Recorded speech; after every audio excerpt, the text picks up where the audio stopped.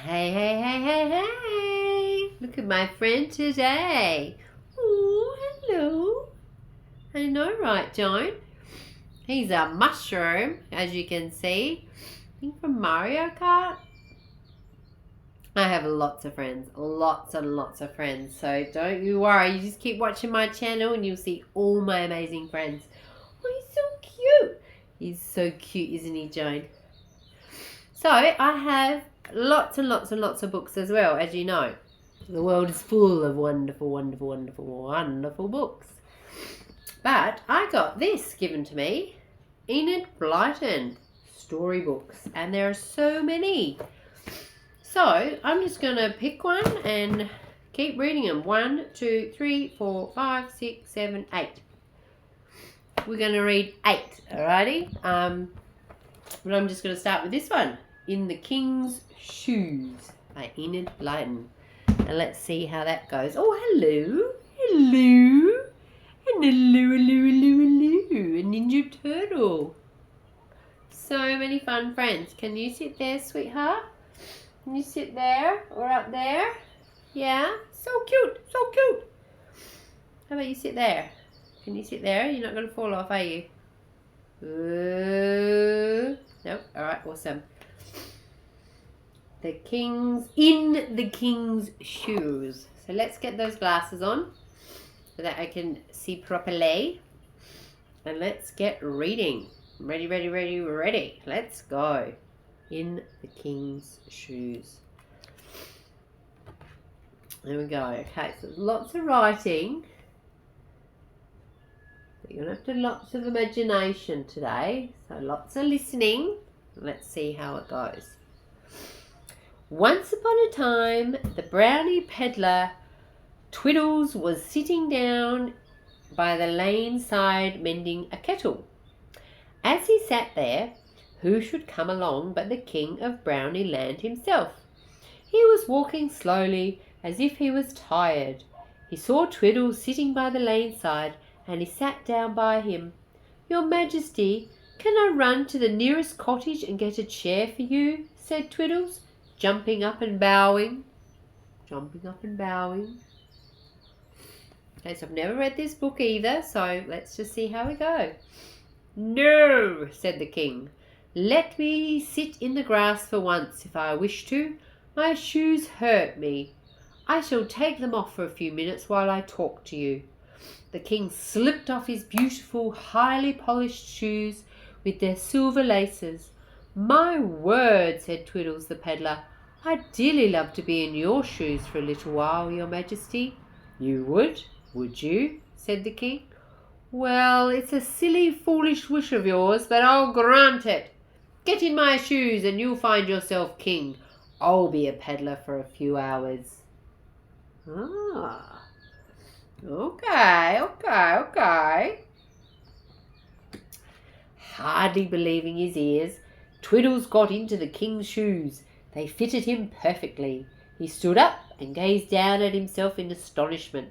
He was dressed like a king, and the king was dressed like a peddler. Such was the magic in the king's shoes. Whoever wore them could be the king himself. "Go down the lane and you'll meet my servants," said the king. "Good luck to you. I'm going to have a snooze in the shade here and listen to the birds singing." Wow, okay. So the king's having a rest. Twiddles went down the lane, holding his head high and looking as proud as could be. He was king, how grand it felt. He saw some men hurrying towards him. Your Majesty, they cried. "You'll be late for the opening of that sale of work. Hurry, Shahs, hurry." Dear me, thought Twiddles. So am I to open a sale of work and everyone will bow to me and cheer me? Oh, how fine. He hurried to a waiting carriage and climbed into it. He drove off quickly to the next town. How the people there cheered him on! Yeah, cheering him on. There he is, pretending to be the king. He opened the sale of the work and read a speech that was put before him. He stood in the hot sun for about an hour, shaking his hands with all the kind of brownies. He began to feel tired. "I say, isn't it about time for dinner?" he asked a courier nearby. "Not nearly," said the brownie, looking surprised. "You have to review your troops of scouts next, Your Majesty. Have you forgotten?" "Oh well," thought Twiddles, "it will be fun to ask the scouts all about their camps, fires, and the best way to boil kettles on them. I am sure I could teach them a thing or two about that."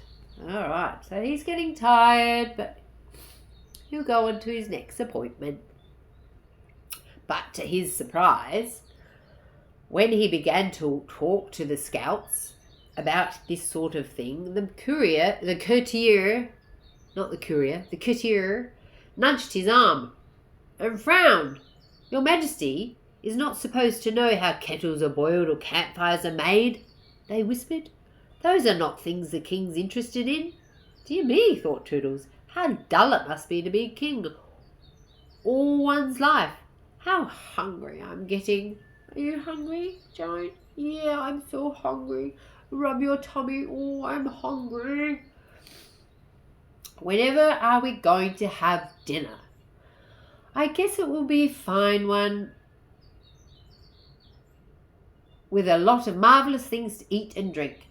But to his great disgust, as soon as he had quite finished with the scouts, he was hustled into his carriage and driven off to see a new ship being launched. A footman presented himself with a little packet of sandwiches to eat. Oh wow, is that all he's got to eat? A little packet of sandwiches. Boop! Oh dear. "Is that all my dinner?" asked poor Twiddles. "Just sardine sandwiches? Well, well, well, I'd be better off if I were a peddler. I'd at least fry myself bacon and eggs with an apple or two to follow." Oh, yeah. He's thinking it's not so good to be king after all. "Your Majesty, there is no time for you to have a proper lunch today," said the courtier who was with him. "You have to be at the dockyards in half an hour, and after that you have to visit a hospital, and then there is the flower show to go to."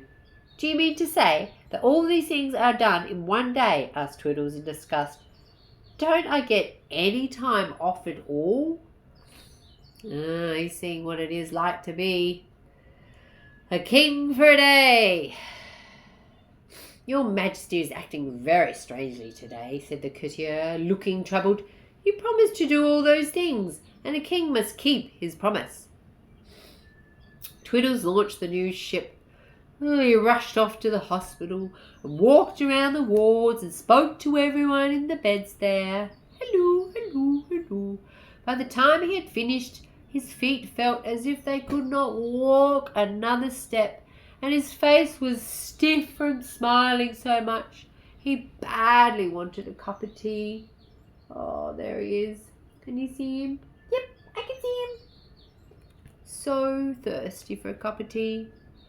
But no, he had to go to the flower show next and miss out his tea altogether. He was very hungry, as if he had only had sandwiches for dinner. He yawned and yawned at the flower show, and his courtiers looked most disgusted with him. He didn't at all want to see the beautiful flowers they showed him. He didn't want to smell any of them. He just wanted to sit down on a chair and have a cup of tea all by himself. Yep, he just wanted to have a cup of tea all by himself. When the flower show was over, he was driven to the palace. Twiddles was thrilled to see it shining in the evening sun. The people cheered him as he passed. Woohoo! Woohoo! Twiddles forgot about his dull day and waved his hat to the people. But that was not the thing to do at all. He had to bow stiffly from left to right, from right to left. He got out of the carriage and went up the long flight of stairs.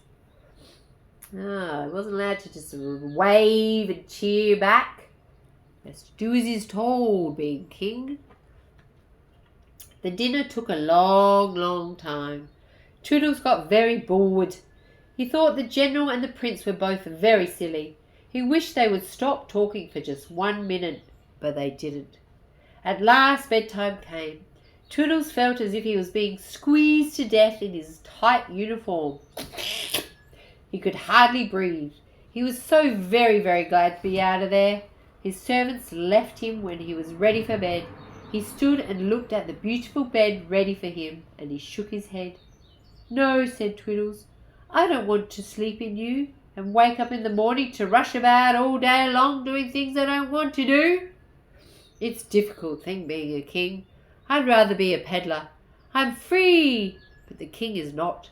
A king has many masters and must do as he is told all day long. A peddler has no masters and is free as the air. I'm going back to be a peddler again." He slipped out of the palace in his sleeping suit. He made his way to the stables. He jumped on a horse and rode bareback to the lane side where he had left the king. Isn't that interesting? We all want to be a king, but do we now? Maybe we don't want those huge responsibilities of being a king. There was a small light there, the remains of a campfire. A man was sleeping peacefully beside it. It was the real king. Twiddles woke him up. "Wake up, wake up, wake up," he said. "I've come back. I'm not good at king. I'm hungry and I'm bored. I'd rather be a peddler." The king sat up and stared at him. "Well, I got hungry and bored too. When I was a king," he said, "I like being a peddler. It's lovely. Just do what you like and nobody say it's your duty to do this or that. No, Twiddles, you go on being a king. I don't want to go back."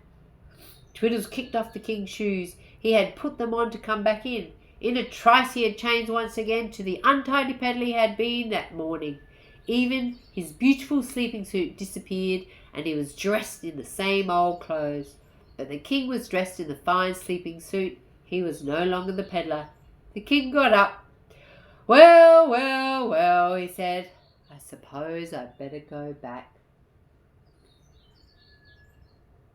The king has to go back.